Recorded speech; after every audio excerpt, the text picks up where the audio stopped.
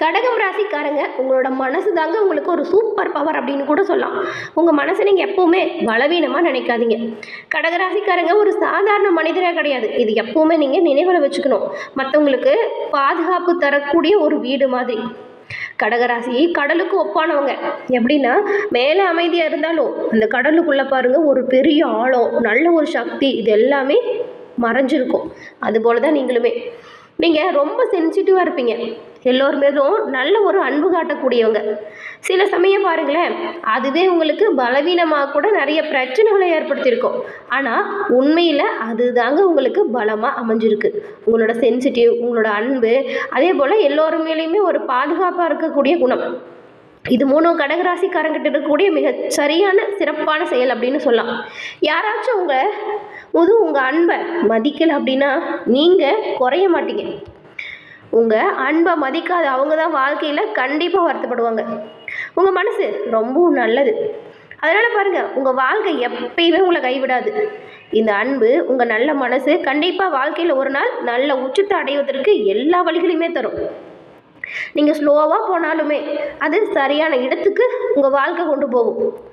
நீங்கள் உங்கள் உணர்வுகளை கட்டுப்படுத்த கற்றுக்கோங்க.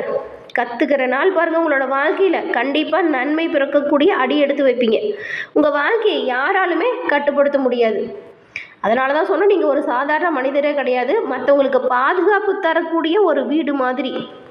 உங்கள் மனசை நீங்கள் எப்போவுமே பலவீனம் அப்படின்னு மட்டும் நினைக்கக்கூடாது. அதுதான் உங்களுக்கு சூப்பர் பவர் அமைஞ்சிருக்கு. இவ்வளவு சிறப்பு வாய்ந்த கடகராசிக்காரங்களுக்கு இந்த ஜூன் மாதம் ஏற்பட்டிருக்கக்கூடிய கிரக சூழல் எப்படி அமைஞ்சிருக்கு அப்படிங்கிறதையும், இதனால் என்ன மாதிரியான மாற்றங்கள் உங்களோட வாழ்க்கையில் ஏற்பட போகுது அப்படிங்கிறத பற்றினா இப்போ உங்களுக்காக இந்த பதிவில் நாங்கள் சொல்லியிருக்கோம் விரிவாக. இந்த பதிவை கடகராசிக்காரங்க உங்களை பொறுத்த வரைக்கும் ஒரு பயனுள்ள பதிவு அப்படின்னு கூட சொல்லலாம். எப்படின்னா, உங்கள் வாழ்க்கையில் நீங்கள் வெற்றியான நிலையை பெற என்ன செய்யணும் அப்படிங்கிற ஒரு முக்கியமான விஷயத்த சொல்லியிருக்கோம். அதனால தான் இந்த பதிவு நிச்சயமாக நீங்கள் பயன்பெறும் வகையில் இருக்கும். ஸோ ஸ்கிப் பண்ணாமல் முழுமையாக பாருங்கள். நீங்கள் இப்போ தான் ஃபஸ்ட் டைம் நம்ம சேனலில் பார்க்குறீங்க அப்படின்னா மறக்காமல் சேனலை சப்ஸ்கிரைப் பண்ணி வச்சுக்கோங்க. கடகராசிக்காரங்க, மனோகாரகனாக திகழக்கூடிய சந்திர பகவானை ராசி அதிபதியாக கொண்டிருக்கீங்க. பெரும்பாலும் நீங்கள் வெள்ளிக்கிழமையில் சிவபெருமான் வழிபாடு செய்வது சிறப்பான உயர்வை ஏற்படுத்தும். உங்களுக்கு சிவபெருமான் ரொம்பவும் பிடிக்கும் அப்படின்னா ஓம் நம சிவாயா போற்றி அப்படிங்கிற மந்திரத்தை மறக்காமல் 3 முறை நம்ம சேனல் கமெண்ட் பாக்ஸில் பதிவும் பண்ணுங்கள். நிச்சயமாக வெற்றியான வாய்ப்புகள் உங்களுக்கு எல்லா வகையிலுமே கிடைக்கும். எல்லாமே நல்லதாக நடக்க உங்களுக்கு வாழ்த்துக்களையும் உங்களுக்காக இறைவன் கிட்ட வந்து நாங்கள் பிரார்த்தனையும் செஞ்சுக்கிறோம். அதே போல் உங்கள் ஜனனகால ஜாதக அமைப்பு வச்சு உங்கள் வாழ்க்கையில் ஏற்பட்டிருக்கக்கூடிய, அதுவும் தீர்க்கவே முடியாத சில பிரச்சனைகள் இருக்குது, கஷ்டம் இருக்குது அப்படின்னு நினச்சிங்க, அதுக்கு சரியான முறையில் தீர்வும் பெற முடியும். எப்படி, எங்கே அப்படின்னு கேட்குறீங்களா? டிஸ்கிரிப்ஷனில் பாருங்கள், ஜோதிடரோட நம்பர் கொடுத்துருக்கோம். அந்த நம்பருக்கு நீங்கள் எங்கே இருந்தாலும் சரி ஃபோன் பண்ணாலே போதும். எளிய முறையில் ஜாதக அமைப்பை தெரிஞ்சுக்கலாம். இதனால் தீர்க்க முடியாத பிரச்சனைக்கும் நீங்கள் விரைவில் தீர்வு பெறலாம். இந்த ஒரு வாய்ப்பை தவற விடாமல் பயன்படுத்திக்கிட்டால் ரொம்ப ரொம்ப நல்லது.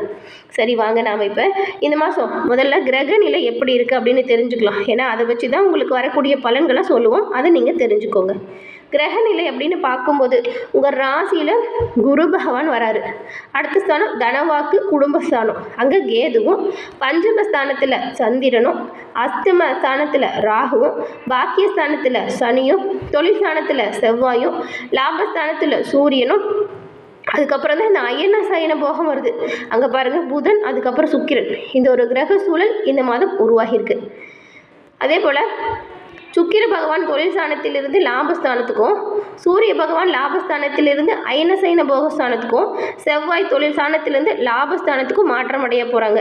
இந்த கிரக நிலையாலும் இந்த கிரக நிலை மாற்றத்தாலும் உங்களுக்கு உண்டாகக்கூடிய பலன்கள் அப்படின்னு பார்க்கும் பொழுது, அன்பும் பாசமும் கருணையும் இது 3மே ஒரே இடத்துல இருக்குது அப்படின்னா அது வந்து இந்த கடகராசிக்காரங்க உங்ககிட்ட தான்.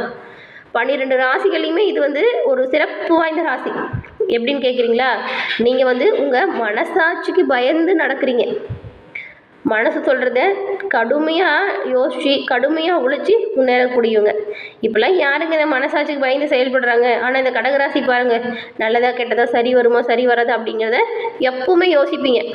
நம்மளோட சொல்லோ செயலோ மற்றவங்கள பாதிக்கக்கூடாது அப்படிங்கிறதுல கவனமாக இருப்பீங்க. ஆனால் பாருங்கள், இந்த கோபத்தை மட்டும் கொஞ்சம் கட்டுப்படுத்துறது ரொம்ப கஷ்டமாக இருக்கும். அதை நீங்கள் குறைச்சி பாருங்கள். இன்னுமே நன்மைகளை பெறலாம். கோபம் ஒரு மிகப்பெரிய ஆயுதம் அப்படின்னு சொல்லலாம். அதை நம்ம எப்படி பயன்படுத்துகிறோமோ அதுக்கேற்ற பலன் நமக்கு கண்டிப்பாக வரும். கடகராசிக்காரங்க எல்லா வகையிலுமே சிறப்பாக செயல்பட்டாலும் இந்த கோபத்தால் நிறைய பின்னடைவை சந்திச்சிருப்பீங்க. இந்த கோபத்தை தவிர்க்கிறது ரொம்ப ரொம்ப நல்லது. மனசாட்சிக்கு பயந்து நடக்கிறீங்க இல்லையா, கண்டிப்பாக நன்மை உங்களை வந்து சேரும். இந்த மாதத்தை பொறுத்த வரைக்கும் கொஞ்சம் உங்களுக்கு இந்த சூழலை பார்க்கும் பொழுது வேலை பளு அதிகமாக இருக்கிற மாதிரி இருக்குது. ஆனாலும் அதால் பிரச்சனை எதுவும் கிடையாது. நீங்கள் எந்த அளவுக்கு உழைக்கிறீங்களோ அந்த அளவுக்கு முன்னேற்றம் வரும். வேலை அதிகமாக இருக்கிறதுனால இந்த உடல் அசதி வேணால் ஏற்படலாம். அதே போல் மனசில் ஒரு வித கவலை பாருங்கள் அவ்வப்போது வரும். நீங்கள் நல்லா வேலை செஞ்சுட்டு இருப்பீங்க, அந்த வேலை செய்யும் பொழுது திடீர்னு ஏதாவது எண்ணம் வரும். அந்த எண்ணம் உங்களோட பொழப்பை கெடுக்கும்.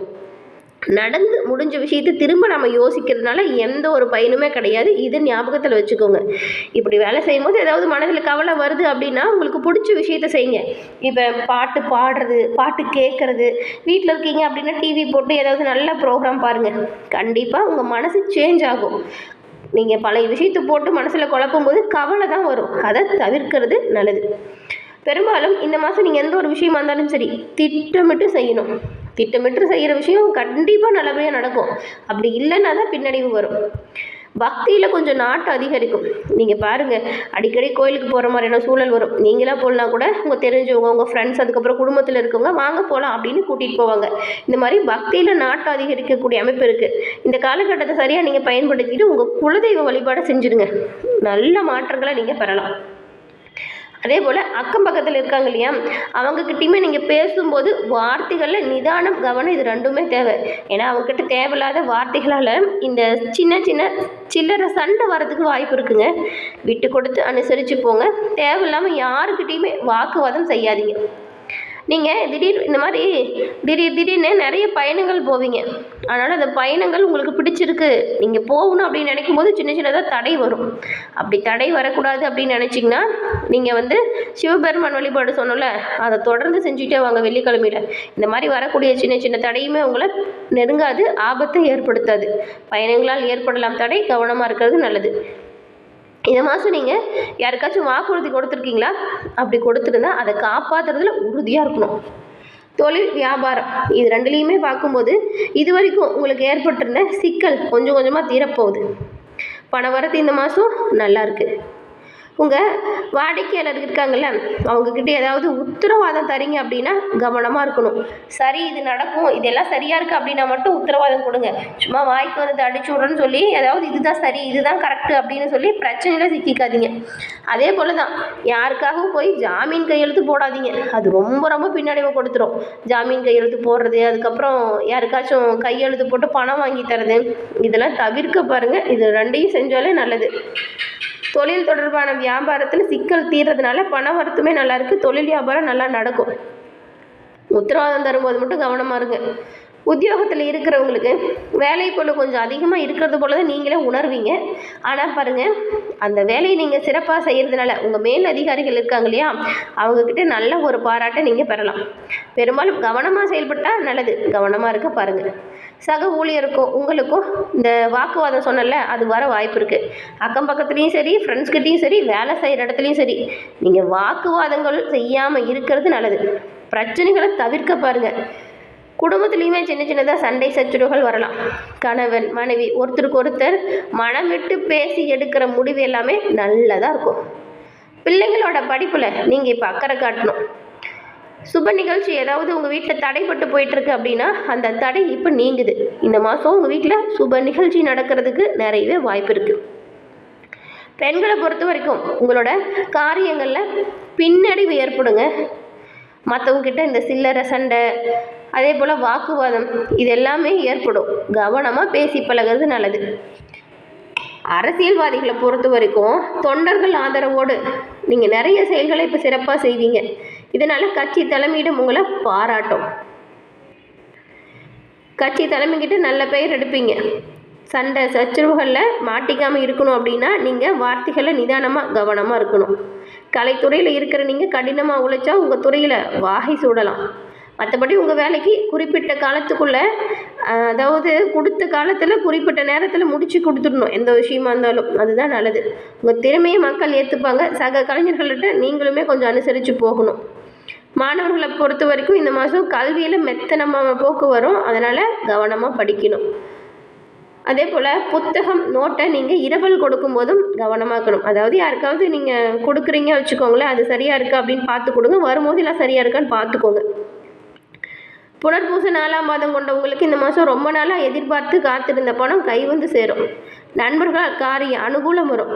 கடின உழைப்புக்கு உங்களுக்கு தகுந்த வெற்றி தேடி வரும். சிக்கலால் ஏற்பட பிரச்சனை தீரும். பூச நட்சத்திரக்காரங்களுக்கு இந்த மாதம் கவனமாக செஞ்சீங்கன்னா எல்லா சிக்கலையுமே தவிர்க்கலாம். சின்ன சின்ன செலவு வரும். உழைப்பிற்கேற்ற ஊதியம் கொஞ்சம் குறைவாக இருக்கும். மன தைரியத்தால் வரக்கூடிய பிரச்சனைகளை வெற்றி பெறுவீங்க. ஆயுள நட்சத்திரக்காரங்களுக்கு இந்த மாதம் நெருக்கமானவங்ககிட்ட இனிமையாக பேசி பொழுது கழிக்கக்கூடிய அமைப்பு இருக்குது. மன தைரியம் உருவாகுது, மதிப்பு அதிகரிக்குது. சிவபெருமானின் அருளால் தொட்டது தொடங்கவும் நினைச்சது நடக்கவும் உங்களுக்கு வாழ்த்துக்களையும் தெரிவிச்சுக்கிறோம். இறைவன்கிட்ட உங்களுக்காக நாங்கள் பிரார்த்தனையும் நினச்சிக்கிறோம். எல்லாமே சிறப்பாக நடக்கும். சிறப்பாக செயல்படுங்க.